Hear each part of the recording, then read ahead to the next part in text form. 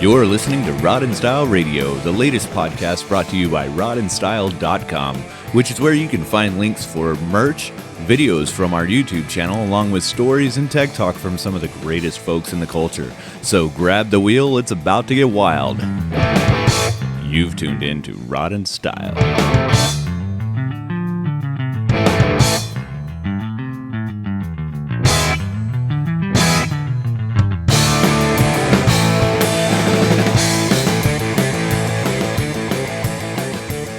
Chris, welcome to the show, man. Thanks for having me. We've been friends for quite a long time, and you and Dean were some of the first people that I ever put on a podcast. I think we were the first. Episode 1 of the Rust Culture Project was Chris and Dean hanging out in y'all's garage. Are you still in that house? We are. Man, that was a cool little spot. Because when we did that interview, you had the shoebox parked in there. And we all sat around in front of it. We got great pictures of that whole set. I mean, I just love all of the stuff that you own, man. Oh, thank you. I appreciate it. And then we've had the Barons on a couple times, and we always love coming and chatting with you guys, dude. Yeah, sitting here in the shop. This is the first time Sam's seen the Barons shop. I know, it's so nice. Welcome to our lovely shop. Better Homes and Gardens is coming next week to come and shoot it. For the one tree out front. We got the one tree, and there's a plant around here somewhere. So that reminds me of the video she showed me this morning of the guy making fun of his wife that keeps bringing home plants and having plants in the house. She's like, don't even ask me how much I spent. Just know that it needs to go somewhere. Can you help me get this stuff out of the car? Yeah, I can't imagine Damon bringing in a bunch of plants. No, there's no plants. We should probably explain so people understand. It's not exactly the fanciest shop in the world. It's pretty sparse, just a bunch of cars and stuff. That's how it should be. I mean, it's pretty freaking rad, for one, the fact that y'all are, San Antonio is probably, one of the top car clubs in San Antonio, in my opinion. I appreciate you saying that. And, y'all have a shop. This isn't a profit kind of shop. This is a shop for y'all's car club to hang out in and do your work and be a car club. I think that's the reason it works, right? Because we're not doing work in here, right? So if we don't get any work done in here, the rent still gets paid. That's the only reason we get to stay here, It's like we're not making a dime here, right? We're just hanging out, and it's become like a multi-generational thing, So it's been a lot of fun. Yeah, so folks, y'all can hear the birds. It's a beautiful day in San Antonio. Just to let y'all know, we're just hanging out. Did I hear a monkey? I think we did. We're not that close to the San Antonio Zoo. When did we get a monkey? I didn't know we had a monkey. It's crazy. But the Barons, hanging out in San Antonio with y'all for the last I've been going to car shows for 15 almost 20 years now, and even then, when I first started getting into cars, the Barons was already like, oh, that's the club, like that's who y'all would do rod runs out to, like out in the hill country and back. Yeah, we used to do a show out in Kerrville. Yeah, I guess we did that for like 2 or 3 years or so, and that became a little bit more of a liability than what we had wanted after a couple events, so we kind of killed that. But yeah, I mean, it was just one of the things. We'll do other stuff in the future. Yeah, of course. I think a lot of what's going on right now, people are ready to get out and ready to do more things. I can see, like, we have the garage crawl coming up. Absolutely. In April. More things like that are happening. I think another moonshine run is in the works as well. So, San Antonio is going to start seeing cool shit, and I bet it's the same story in a lot of places right now. I think so. Especially, of course, everybody comes out once the weather gets a little better. We've been dealing with terrible weather. Yeah, I think it's going to be a nice summer. And, I think people will start getting out a little more and enjoying themselves. And I know I'm anxious to get the car out more than I've been able to recently. So you did sell the shoebox finally. Yeah, actually traded the shoebox to a guy out in El Campo named Johnny Watkins. And you traded him for the cookie tribute? It's a cookie tribute. I had a couple people say, hey, you want to trade? Because basically my goal was, I've got a 40 convertible that I need some space to do some work on, kind of thing. And with that 51, it pretty much took up the whole one side of the garage. There was no way I'm getting another car in there. So I pretty much, anytime anybody said, "Hey, do you want to trade?" I'd be like, "Nah, I don't want to trade," kind of thing. And then he sent me a picture of that. He said, "You want to trade?" I'm like, "Maybe." So, we made this huge mistake. We watched The Car That Ate My Brain. I love it. Yeah, that's like Piero does some amazing stuff. We watched The Car That Ate My Brain, and basically, that car was sold before I ever left the house, kind of thing. Because we're gonna go pick up my car right now. It's like I don't know. So much history behind the Kooky car, and this guy Ted McCord built this one, and he did it's by no means a clone. It's got a really early 283 in it and everything, but he just did a beautiful job of building it. And I just couldn't pass it up. So I could tell that Johnny was in love with the 51, and I was really digging this T-bucket. So we decided to make it happen. Well, that 51, it was definitely a car that I loved that car. I showed it to a lot of people whenever I would talk about, you and, Dean building a roadster pickup at his age, and nobody believes these things. I was like, yeah, I hang out with probably one of the coolest people in San Antonio, just to let y'all know. I appreciate that. Thank you. Nicest for sure, but definitely one of the coolest. I'm not that nice. No, terrible. I am a mean person. He will tell you not to touch his stuff at a car show. I'll tell you that right now. So actually, I was telling my wife, we took, get that little blue 33 coupe, and we took it out to Cars and Coffee yesterday. And I've kind of learned to live kind of like, I see things a little differently through Dean's eyes kind of thing.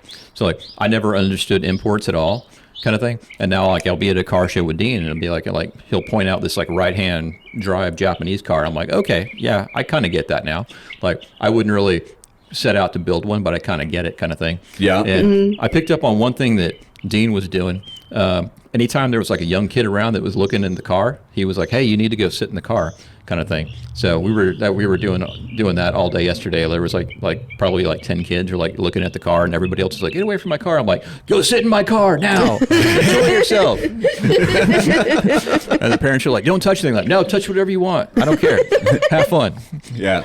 Chris is also one of the people that can fix anything also. So, I wouldn't imagine anybody would be breaking anything on any of your cars that wouldn't be able to be easily taken care of. It's all pretty utilitarian. I mean, it's not going to be there's like the little 5-year-old girl in her tutu is not going to be tearing up my car. So no, just welcome to sit in it. And if she builds a car, or, marries somebody that builds a car or whatever, then that just makes me happier. So, yeah, 100%. Getting the kids involved. Now, granted, that also takes a lot of work on the parents' side of it too. As much as we want the kids to be able to jump in a car and have fun, they also have to be taught a respect for it as well. Absolutely. So, there's a lot of that Sam and I do with our little one, and it's just like, yeah, it starts early, man. Yeah, you teach them. You respect the car. She's the first one to go up to a car and want to grab the door handle to get into it. Yeah, and she's like, "Where are the keys?" And I'm like, "This one isn't ours." Like, she's like, "But where are the keys? Can you open it?" I'm like, "It's not ours." And she's like, "But I want to get in it." I was like, "I understand that, but I don't even know who the owner is." Yeah.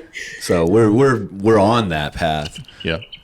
That was the 2-year-old thing. Now she's 6, and she's like, "I can stand in front of it." I was like, "Yes, until we know who it is." I used to have a slightly different philosophy on it. So it's probably like about 2004. We had the coupe. First build on the coupe, I don't know if you remember it, but it was like all blue primer and everything. Doesn't look anything like it does now. Definitely wasn't as refined kind of thing.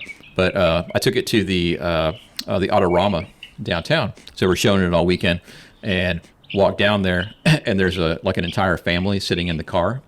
I'm like, "Excuse me, what are you doing?" They're like, "Oh, we're just sitting in this car." I'm like, "No, you're sitting in my car." It was like a family of 3, like eating like burgers and fries. Oh my God. In my car. They had I don't know how, maybe they might have been there all weekend. I don't know.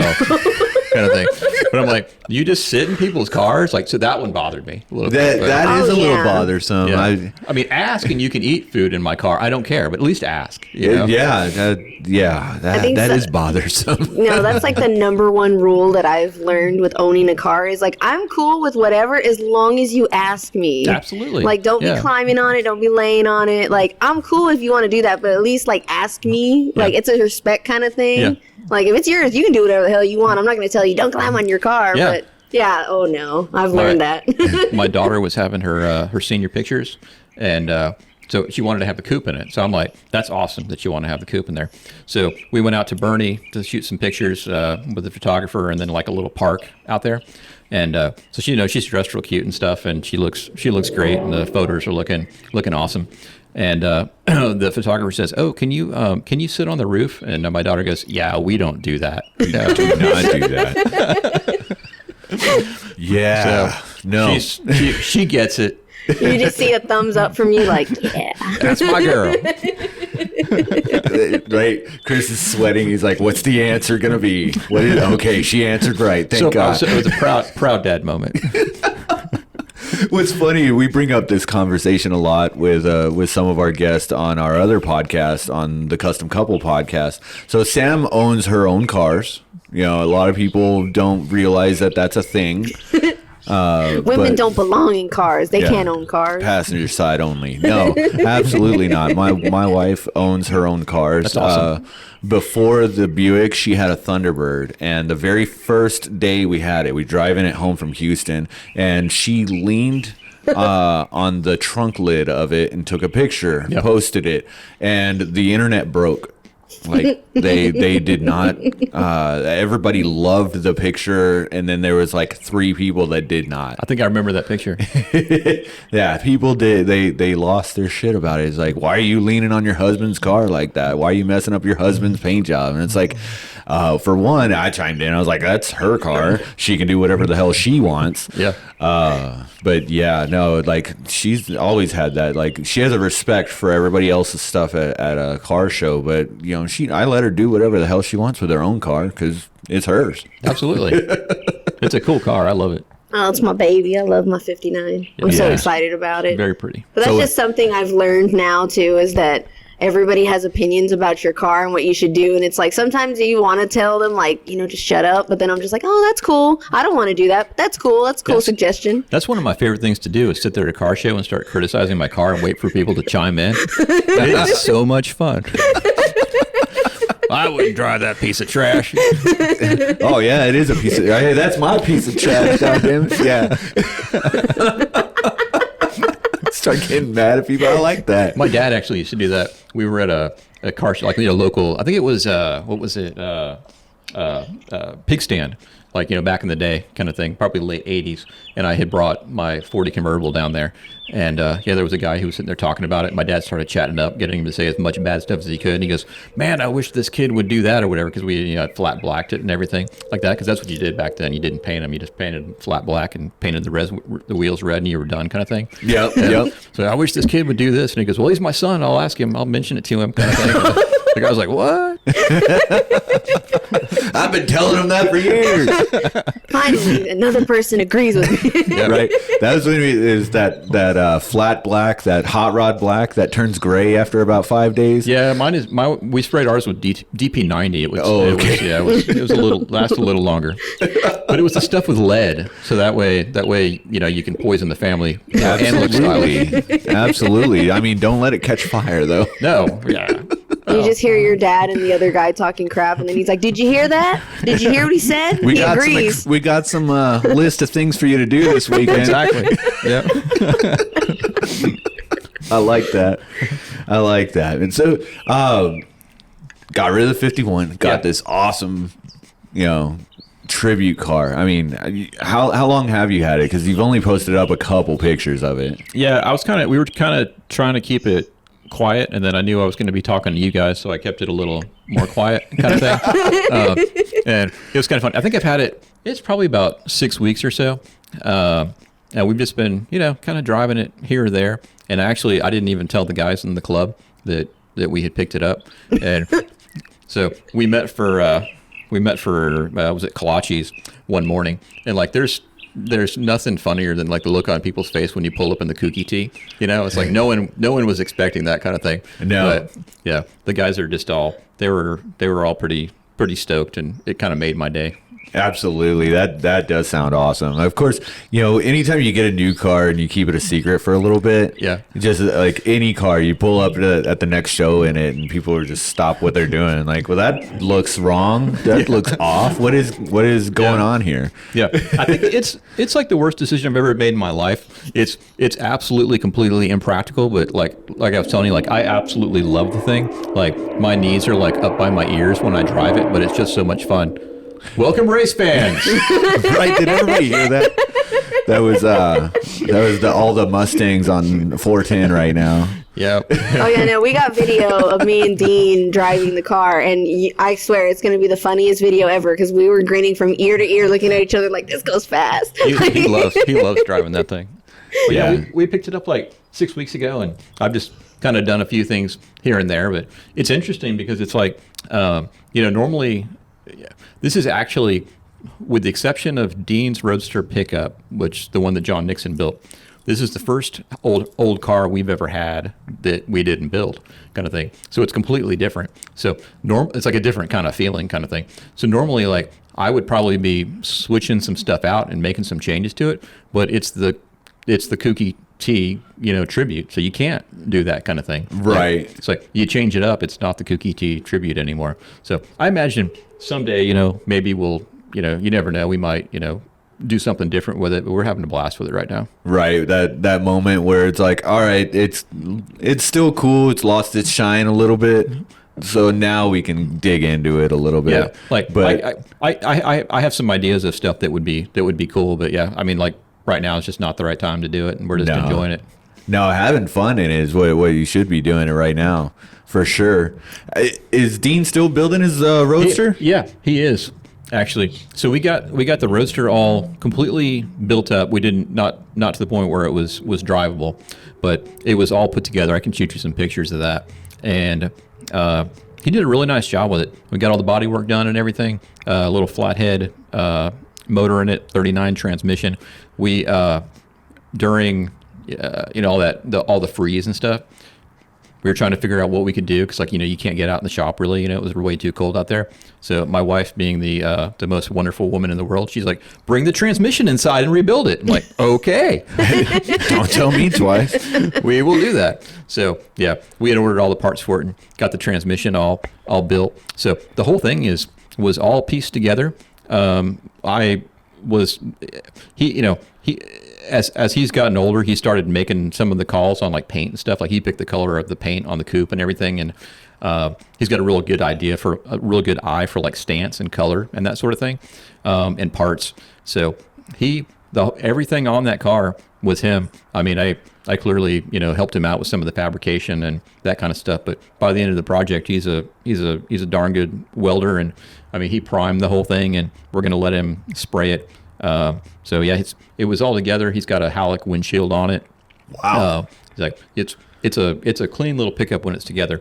So right now it's all of the frame, the rear end, and some other parts are off being sandblasted. So after that, we'll go ahead and get it all back into paint, and he'll be driving it. Shouldn't be more than another 5 years. No, I'm hoping we get it done the next year or so. But he's a kid with a lot of passion. So he plays drums and he plays guitar, and that takes up a lot of his time. And quite honestly, I'm a drummer also. So like to me, that's like if we're taking time away from the old cars to play drums, or if he's playing guitar or something, that's something that's pretty near and dear to my heart also. So I have no problem with that at all. So yeah, it's slowed the build down a little bit, but it was worthy time to kind of take away from the build kind of thing. Of course. I mean, it's not all cars all the time ever. Yeah. Like we all have our passions outside of the cars and things that we're doing. Of course, with us, a lot of what we do is if it's not in cars, it's cars related. Right. And of course, we love doing these podcasts that we've been putting out for almost a year now. Yep. Yeah, you guys are knocking it out of the park. Like, the podcasts are great, and Thank you. Seeing the name around a lot, and I always kind of tout people how awesome you guys are, because you guys have been at it and getting it done. So it's really cool. Well, thank you. We you. definitely appreciate that. At the car show yesterday, Sam was even starting to get recognized by people. Yeah. Like, oh, you do the Kustom Couple podcast. And I think, of course, me, like, I'm always a social butterfly. So, like, I go out to places, I talk to everybody, I meet everybody, and that's always been a thing. So now Sam's, like, experiencing that with our show, and she's like, people actually recognized me. Yeah. I'm like, oh, hi. And then I'll just look at like somebody, I'm like, do y'all know who that is? Because I don't know who that is. And they're like, no, you don't know me. I'm like, well, thank you for clarifying that, because I'm going to question this the entire day. Yeah, I've been like, I've been building cars, like forever, and like, since I was a kid. And then I'm like, like 98 or so, we, really kind of, the club started earlier, but like by like 98 or so, we're like out at a lot of shows, and there's a lot of shows happening. There's a scene happening, and everything is kind of when I think the San Antonio scene kind of popped up. And I find it pretty interesting, because like now it's like people don't recognize me, they recognize Dean, kind of thing. Oh. So I'll be like walking around and be like, oh, I know. Oh, you're Dean's dad. Oh yeah. Yeah, I'm Dean's dad. Yeah. That's like my identity now, is I'm Dean's dad. That's hilarious. Which is cool. It's fine. It's awesome having a son that's way more popular than you are. It's cool. Maybe at some point that popularity will turn into something that like you can profit from. Dean, we will be putting you to work. I'm doing my best. I have told him, many times that I don't plan on working I'm 49. I want to work until I'm about 50, and he's going to have to figure out how to make that happen. Yeah, absolutely. Music, cars, sports, maybe. I don't know. Dean might not do sports too much. Niederkroms are not good at sports. We're not sports people. My daughter Jenna, so she was playing basketball. So she told me, she's like, hey, Dad, I'm going to play basketball. I'm like, you're going to what? You're playing basketball? So yeah, I'm playing basketball. So I'm like, okay, cool. So I went to I went to all of her basketball games. But the first basketball game that I went to, she goes over, she dribbles over, and then she shoots and she scores. And I was like, you are the first Niederkrom ever, ever to score a point in any organized sport ever. Period. I am so proud of you. This never happened before. It will never happen again. But that girl scored a point, and I was so proud of her. I could see Chris standing up in the stands going, yes, yeah, yes, absolutely. Because both of them played soccer and stuff when they were little, but they didn't like it, kind of thing. And then she got into dance, and she was very accomplished in dance. And then like Dean got into music, and that was his thing. But yeah, we do not do sports. Well, sports as a kid. Now we're gonna like go off on a tangent. Right? Sports as a kid, I think that's important to do those things for social reasons, absolutely. Right? Like to get them socialized with working as a team on things, and it's not so much the playing of the sport itself. Yeah. Otherwise, how would I know I don't want to collaborate with other people? Yeah, exactly. It's like, how would I know that I don't give a shit about other dads right now?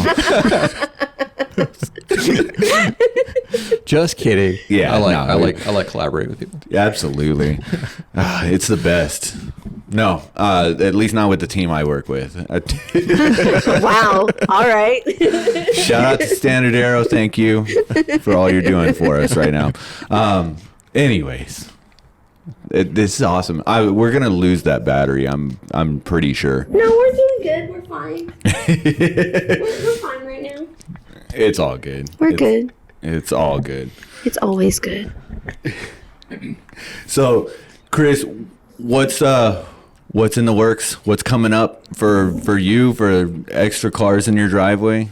Well, now that we've got a little more space, the first thing, we try to keep one project going at a time, because we've kind of learned that if we have two projects going, they never get done, kind of thing.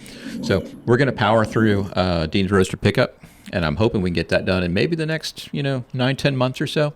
Because he's a junior now, and I'd like for him to be able to drive that to school his senior year, not necessarily every day, but at least drive it to school, a couple days, and be able to. I think he'd get a good kick out of that. And then we've got a 40 Dodge convertible that we're going to be working on after that, and that's a car that my dad and I built the first time around, and it's just I mean, it's got a 360 in it, and just nice, clean, kind of simple little 40 Dodge convertible. That was that a high school car or shortly after? It was just after. Yeah. Man, you've had that one for a good bit. Yeah, my dad bought it from, it was like the local Kelly Scherer florist, and from what he had said, the car was for sale, and I think they wanted like $600 for it or something like that. Would have been like 1977.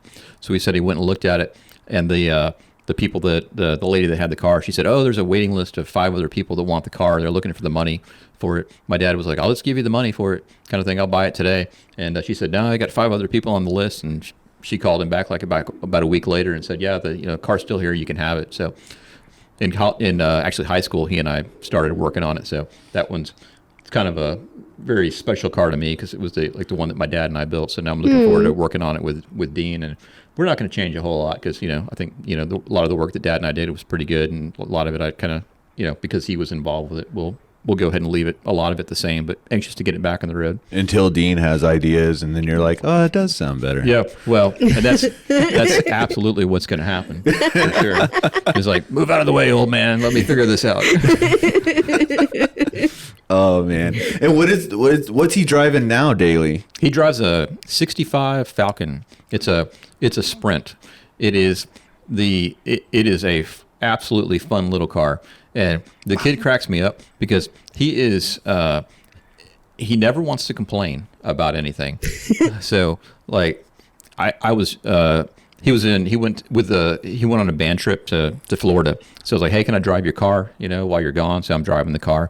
And one day it was pretty cold, and I turned on the defroster, and like the whole windshield like just completely like goes like, it's like nothing but steam on the windshield. Yeah. So as soon as I got home, I'm like, "Hey, buddy," I said, "How do you drive with that like that? Like, do you not turn on the defroster? How do you do it?" He goes, "I just keep a towel in there." I'm like, "Dude, we could fix that." So that's what we did this weekend was spend a lot of time. We redid the heater on the little Falcon, but we've done pretty much everything on that car. It was actually my dad's Falcon, and then my dad put a 302 in it. Wow! And then it's got a 5-speed out of like a Fox body Mustang. Dean and I put a locker, or not a locker, but a positive traction rear end in it. Probably about 6 months ago.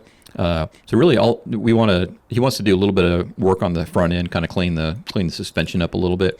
But man, it's a nice, clean little, fun little car. You got to put a lot of work into it, kind of thing, because he drives the thing every single day. But so far, there's nothing that's broken that we've had to fix twice. So I figure we're kind of headed in the right direction, Yeah. At some point, you get down the list, and you're done with the list. Yeah, and he's getting ready to.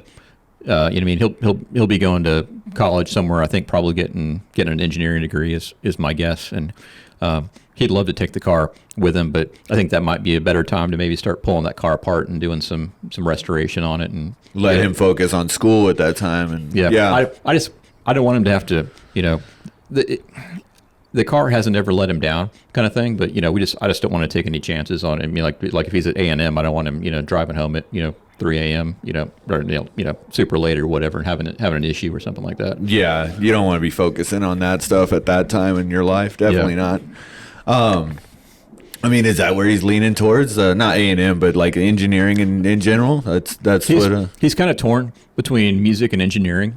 So it'd be interesting to kind of see which way he goes. He's got a lot of really good people in his life that are mentors on the music side, and I think they enjoy what they do, and he loves music and he loves them, and he sees that they have a passion for it, and he's got a passion for it. So I think in the next year or so we'll figure out which way he goes. It's going to be a musical engineering. It could. Well, he's actually talked about that. Yeah. Like, is there any way he can like put the two together, kind of thing? Because he's a very solid musician. So I think he'll play for all of his life, but I don't know whether or not he'll be professional or not. Yeah. There's nothing wrong with it, and there's nothing wrong with that at all, and especially having a passion that you don't take professionally. Yeah. That's always a good thing to have in your back pocket, and I love music. I'm not great enough at it to be a professional, but I still love being somewhat musically inclined. And it's fun, when we had a band and did a few shows and had a few audiences cheer and throw beer and it's fun, Yeah. But I was never able to take it professionally. Yeah. But it gave me a lot of good memories and a lot of good things, in my life came from that. Yeah. Sam wouldn't be with me if I wasn't a musician. That's for damn sure. So I was kind of similar. I was in bands through, high school and then college, and we'd play like 4 or 5 nights a week when I was in college. Then I ended up getting an engineering degree. So it's kind of, to me, it's kind of interesting that he's got kind of the same interests, but. Man, that's awesome. He's just a good kid. We just made the whole episode about Dean. Dean's not even here. This is our tribute to Dean. Tribute to Dean. It's probably my fault. I like the kid. Yeah, he's kind of all right. What's funny that when we first got to the shop, Dean was gonna have to take off in a little bit. So it was like, well, jump in the car and go around the block a few times with Dean, and Sam gets in there and they become best friends. Oh yeah, immediately. It was so cute because he was trying not to get so close. I was like, it's okay, we're fine, we're gonna be best friends after this, I promise. And he's like, okay. So and then they ripped up and down the street a little bit here in a very safe manner. In a very safe manner. I mean, Absolutely. the street in the safest manner. Yes. It just needed to be ripped a little bit. Yeah.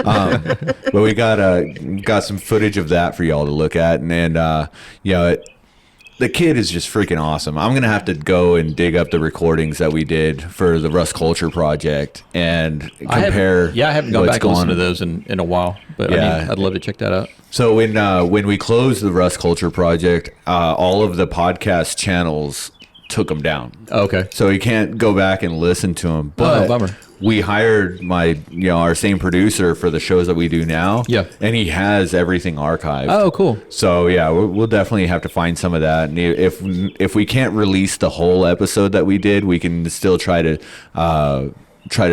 get some sound bites out of it. Oh, that'd be fun. Yeah, it'd be really cool to go back and find some of that stuff. But is there any folks that you'd like to give some shout outs to on the show today? Yeah, absolutely. For my wife, she is the most patient woman ever to walk this earth. So yeah, a huge shout out to her. And my daughter Jenna.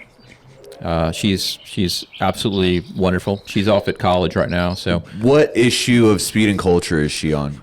She is on the cover. Not that I am super proud of it and have memorized all of it, but issue number 8, shot at Goliad.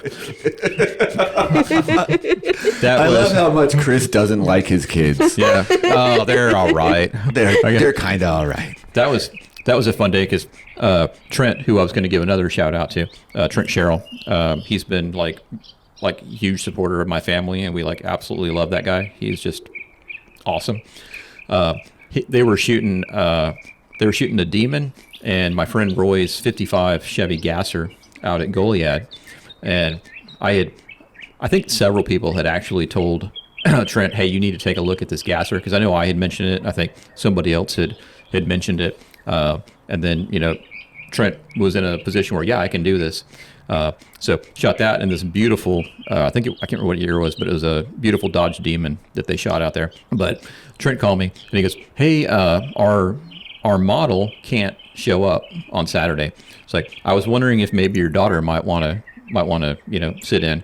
So I started thinking, what are my daughter's questions going to be? This would be what do I have to wear kind of thing. And she's going to have all these other questions. So I said, Trent, what does she have to wear? And he goes, she can wear whatever she wants. She can wear, jeans and a shirt, and I got a vest for her, and I think that would be great. So I asked Jenna, and Jenna was all over it, she was super excited. And then I think Trent told me that, and I could kind of see it also. She doesn't, she used to help me on the cars quite a bit. And, she's never going to be the type where she wants to go build a car kind of thing. But she understands cars and she loves cars kind of thing. So I think Trent got a kind of a big kick out of the fact that, this young lady that he's shooting with understands, quite a bit about the cars and the culture and everything else. So he'd say that kind of made his job pretty easy. But yeah, I thought she did a great job, and, I felt real comfortable with her working with Trent. Oh, absolutely. Yeah. And the cover came out amazing. Oh, thank you. So, big shout out. I've only gotten about 12 copies. So, Only 12. yeah. Big shout out. Y'all can go find that with Speed and Culture. I'm sure he's got them. He's got back issues you can even get a hold of. So, I big shout out to the Barons too. My club. Always got to give a shout out to those guys. God, I hate those guys. What are you talking about, man? Except for Willie. No shout outs to Willie. None. Big Willis. Yep. Yeah. No shout outs for Willard. We're not doing that. Only Damon calls him that. What's going on, Willard? Yeah. No shout outs for Damon either. Come on. We try to run a quality show here. We're going to have to come back and do another episode. That was a blast, yeah. I had a lot of fun Yes. doing episodes with you, Willie, and Damon. Just sitting as a panel, Oh my gosh. just sitting there talking cars or Giving whatever. all of our political advice and All of everything. it. All of it. Financial advice from Chris, Willie, and Damon. I can't wait for the COVID conversation with Damon. Oh, that's going to be awesome. Is there anybody else? That's you just need a to- democratic hoax is what that is. There you go. There you go, folks. Ain't no COVID. Hey, Damon just walked in the door. Yeah, I'm here. Where's my bucket? Oh, man. Chuck, I'm sorry. We couldn't keep him off the mic. But, all right, folks, we will let you get back to whatever you do on a normal Wednesday. And, as always, stay wild.